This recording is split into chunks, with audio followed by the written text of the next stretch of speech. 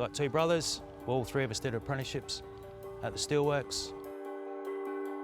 Paul was an electrician, Jeffrey's a fitter, and I did boiler making. I work in the caster on the left-hand side of the BOS, that's where I work. Richard Wallace is an almost 40-year veteran of the Whyalla Steelworks.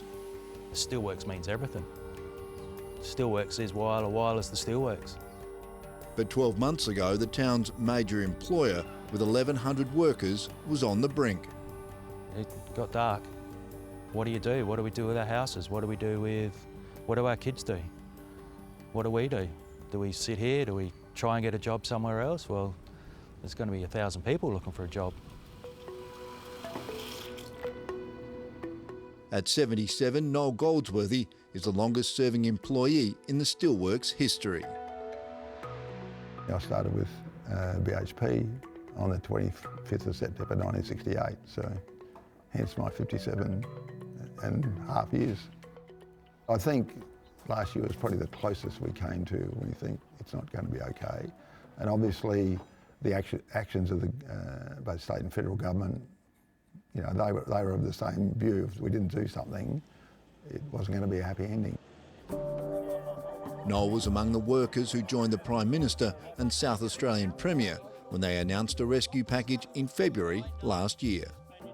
Not only will you have a job, your kids will have a job in the future right here in Whyalla. Owed more than $30 million by steelworks owner GFG Alliance, the South Australian government had secretly been planning for months to take over the Whyalla business by placing it into administration. We just couldn't buy essential needs, if you like, and whether you call it gloves or PPE or toilet paper or whatever, but the bigger picture was even worse than that. It's a stark turnaround of fortunes for Sanjeev Gupta's GFG Alliance. Should we be worried about the viability of the Whyalla Steelworks? That Steelworks is now, I'm very happy it's in a good journey. It's really heartening to see. Sanjeev Gupta had been hailed the saviour of steel. He took over the Whyalla plant in 2017 when it previously faced financial trouble. This man is a great Australian. At the time, Gupta promised to transform Whyalla so it could produce green iron and steel. That emission-reducing dream would be delivered through new infrastructure and use hydrogen produced by renewables to fuel steelmaking instead of heavy polluting coal. Either we need hydrogen or we need natural gas. We want hydrogen. Former Steelworks employee turned union representative Shane Carger says people are nervous and want to see a new buyer found for the plant soon. We're now 12 months into administration, so there's a bit of nerves, everybody like what's going on. The South Australian state government and the federal government have already spent several $100 million propping up the steelworks. They're promising at least another $1.9 billion to upgrade and modernise the business to entice a buyer to take on the troubled operation. We're going to keep on with that work with the administrator, deliver it as quickly as possible, striving towards that September deadline. Today, the Federal Industry Minister and SA Premier toured the mines that supply the steelworks and announced the number of bidders who'd progressed to the next stage had been reduced. We've gone from 12 to 5. So we are now down to a short list of 5 credible companies and consortia of companies from all over the world. Whyalla makes a vast majority of Australia's structural steel, needed for bridges, large construction projects and railway lines. This is in the national interest. There's no iron and steel making facilities in the world that don't have a high level of government interest and action here. But the current steelmaking process produces a large amount of carbon emissions. The Whyalla Steelworks is South Australia's biggest carbon polluter, accounting for around 10% of the state's total greenhouse gas emissions. Our objective in Future Made in Australia is to deliver low-cost, highly efficient, low emissions or close to zero emissions industrial processes that secure Australia's future competitive advantage. With the plant in administration, the Green Steel plan is on pause, so exactly how that will be achieved in Whyalla remains unclear.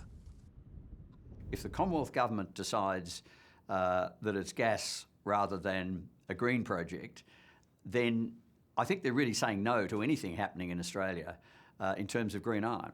I think it would be a disaster for Whyalla, it would be a disaster for Australia, it would be a disaster for our climate.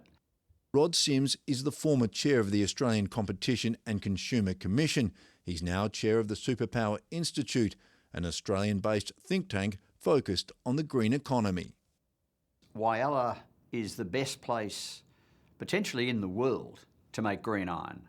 It's got the right iron ore, which is magnetite iron ore, which is what you need to make green iron. It's got the workforce, it's got the port, it's got the transmission lines, so it's the ideal place.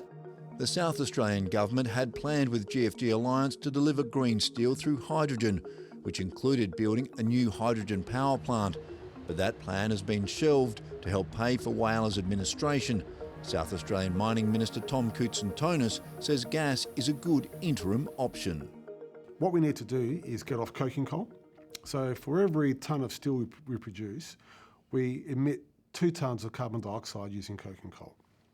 When we go to natural gas, that 2-tonne number drops to 600 kilograms.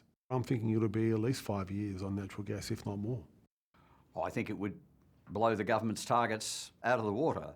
I mean, you'd be using a lot of gas, which obviously emits carbon pollution, and the government's on a very, it's got great difficulty meeting its targets already. To have gas at Whyalla would just be almost saying, well, I don't care about the targets anymore. Across Australia, several hydrogen projects have been scaled back or cancelled completely because of increasing costs. Hydrogen is much more expensive than gas, but both the SA and federal governments say they are still backing the idea. Hydrogen is going to be an important part of the technological solution in iron and steel. For the workers, the steelmaking process isn't the #1 priority.